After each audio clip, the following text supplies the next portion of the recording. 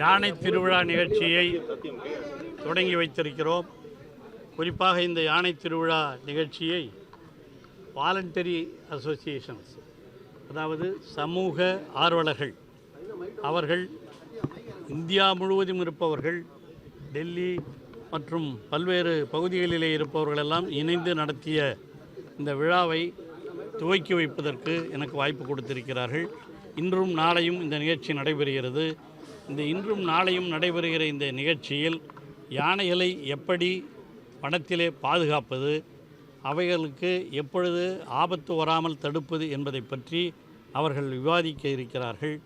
அந்த அடிப்படையில்தான் இன்று இந்த துவக்க விழா நடைபெற்றிருக்கிறது. பலரும் வனத்துறை அதிகாரிகள் பலரும் வந்திருக்கிறார்கள். வனத்துறை செயலர் அவர்களும், அதுபோல் டெல்லியிலே இருந்து வந்திருக்கிற லூயி ஜோசப் போன்றவர்களும் இந்த நிகழ்ச்சியிலே கலந்து கொண்டு அவருடைய கருத்துக்களை எல்லாம் சொல்லி இருக்கிறார்கள். தொடர்ந்து நாளையும் இது நடைபெறவிருக்கிறது.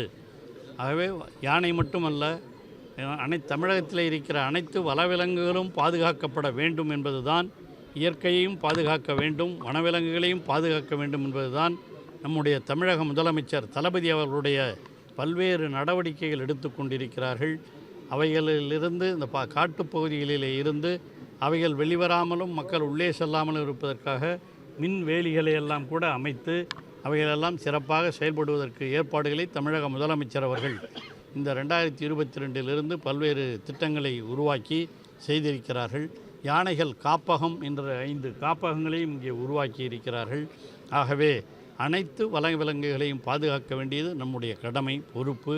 அதே நேரத்திலே அவைகளினால் விவசாயிகளுக்கோ மற்றவர்களுக்கோ அந்த கிராமப்பகுதி மக்களுக்கோ எந்த ஆபத்தும் வராமல் பார்க்க வேண்டும் என்பதுதான் நம்முடைய பணி.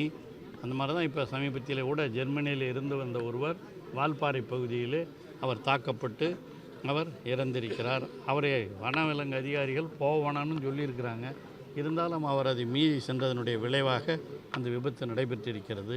ஆகவே மக்களும் இதற்கு ஒத்துழைக்க வேண்டும், வனவிலங்கு அதிகாரிகளும் அதற்கு முழுமையாக தங்களை ஈடுபடுத்திக் கொள்ள வேண்டும். உங்கள் சார்பாக அதை கேட்டுக்கொள்கிறேன். இந்த எலிஃபண்ட் காரிடார்லாம் மின்வேலிகள் அமைக்கிறோம் அப்படின்னு சொல்லி சொல்றீங்க. அதனால யானைகளுக்கு ஏதாவது பாதிப்புகள் ஏற்படாது? மின்வேலி இல்லை சார், வெறும் வேலி.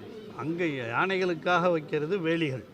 பல்வேறு இடங்களில் மின்வேலிகளும் அமைச்சிருக்கிறோம். அது அந்த மக்கள் போகாமல் அவங்களும் வராமல் இருக்கிறதுக்காக அது வெவ்வேறு இடங்கள். யானைகள் வெளியே வராமல் இருக்கிறதுக்கு வேலிகள். இந்த யானைக்குள்ளே இந்த மாதிரி காட்டுக்குள்ளேயே போய் சுடுறவங்களாம் அந்த காலத்துலேருந்து இருக்காங்க. தந்தத்துக்காக இந்த மாதிரி பல்வேறு நிகழ்ச்சிகள்லாம் நடைபெற்றிருக்கின்றன. அவைகளையெல்லாம் தடுப்பதற்காகத்தான் வனத்துறையின் சார்பாக அந்த தந்தங்கள் எல்லாம் கூட கைப்பற்றப்பட்டு இன்று செய்திகள்லாம் வந்து கொண்டிருப்பதையும் நீங்கள் பார்த்திருப்பீர்கள். ரொம்ப நாளமாக அது, ஏன்னா அது ரொம்ப காஸ்ட்லி தந்தங்கள். அதற்காகவே யானையை சுடுகிறவர்கள் பல பேர் இருக்கிறார்கள். பகுதிக்குள்ள யானைகள் வருவது அதிகரிச்சுட்டே இருக்கு. அதுக்கு என்ன நடவடிக்கை? மருதமலை, வடவள்ளி, பெரியநாயக்கம் பாளையம் இந்த பகுதியில எல்லாம் அதுக்கு தான் ஒரு குழுவே போட்டு அவர்களுக்கெல்லாம் அது வெளியே வராமல் தடுப்பதற்கான பயிற்சி கொடுக்க வேண்டும் என்று நம்முடைய செயலர் அவர்களும் மற்றவர்களும் ஆணையிட்டு அந்த பகுதியிலே பணியாற்றுகின்ற ஃபாரஸ்ட் ஆஃபீஸர்ஸ் அவர்களை எல்லாம் வரவழைத்து இங்கே இருக்கிற வனத்துறை மாநில அதிகாரிகள் அவர்களெல்லாம் கூட ஒன்று சேர்ந்து இந்த பணியை செய்து கொண்டிருக்கிறார்கள். நிச்சயமாக விரைவில் அந்த போன்ற நிகழ்வுகள் நடப்பாமல் இருப்பதற்கு எல்லா நடவடிக்கைகளும் இதுவரையில் பல வழக்குகள் நடைபெற்று கொண்டு தான் இருக்குது. சமீபத்தில் கூட விழுப்புரத்தில் எங்கள் ஊர்லேயே ஒரு இடம் கைப்பற்றப்பட்டதை நீங்கள் பார்த்துருப்பீங்க. அந்த மாதிரி தந்தம் எங்கே இருந்தாலும் யார் வச்சுருந்தாலும் அதை கண்டுபிடிக்கப்பட்டால் உடனடியாக நடவடிக்கை எடுக்கப்படுகிறது. யானைகளால் பாதிக்கப்படுபவர்கள் யாருன்னா இருந்தால் கூட அந்த பாதிக்கப்படுபவர்களுக்கு உடனடியாக வனத்துறையின் சார்பாக நிதியும் வழங்கப்படுகிறது. 50 லட்சம் ரூபாவில் அவங்களுக்கு கொடுக்குறாங்க, அதையும் செய்கிறாங்க. 50,000 தமிழ்நாட்டில் யானையினுடைய அதிகம் இப்போ கிட்டத்தட்ட 3000 கிட்டத்தட்ட இருக்குது. 2961 இருக்குது. இப்போ அந்த யானைகள் இருக்குது. அவைகளை பாதுகாப்பதற்கான நடவடிக்கைகளும் ஏற்படும். யானைகளோட வலசை பகுதிகளில் குடியிருப்புகள், ஆக்கிரமிப்புகள்லாம் அதிகமாக இருக்குது. அதை தடுக்கிறதுக்கு, அதை எடுக்கிறதுக்கு என்ன முயற்சி? அது இப்போ நேற்று ஈசா மாதிரி இடங்கள்லாம் யானைகளோட வலசை பகுதின்னு சொல்கிறாங்க. அந்த ஈசா இது இருக்கிறதோ, காரணியா இருக்கிறதோ, அது இன்னைக்கு நேற்று நடந்ததில்லை. பல காலங்களாகவே வனத்துறையை பல பேர் ஆக்கிரமித்து இருக்கிறார்கள். அவர்களையெல்லாம் ஓரளவிற்கு பாதுகாப்பான இடங்களுக்கு அவர்களுக்கு அரசு தரப்பிலேயே இடங்களெல்லாம் கொடுக்கப்பட்டு அவர்களையும் வெளியேற்றிவிட்டு வனத்தை பாதுகாப்பதற்கான நடவடிக்கைகளையும் தமிழக முதலமைச்சர் அவர்கள் எடுக்க வேண்டும் என்று சொல்லியிருக்கிறார். அந்த நடவடிக்கைகளும் எடுக்கப்பட்டு கொண்டிருக்கிறது. நடமாட்டத்தை தடுப்பதற்கு என்ன அதை காப்பாற்றுறது தான் முதல் வேலை. அதை செஞ்சுக்கிட்டு இருக்கிறோம்.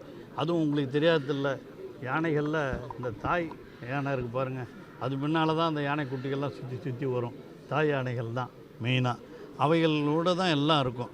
அதனால் அதெல்லாம் பாதுகாப்பதற்கான எல்லா ஏற்பாடுகளும் செய்யப்பட்டிருக்கிறது. Thank you sir.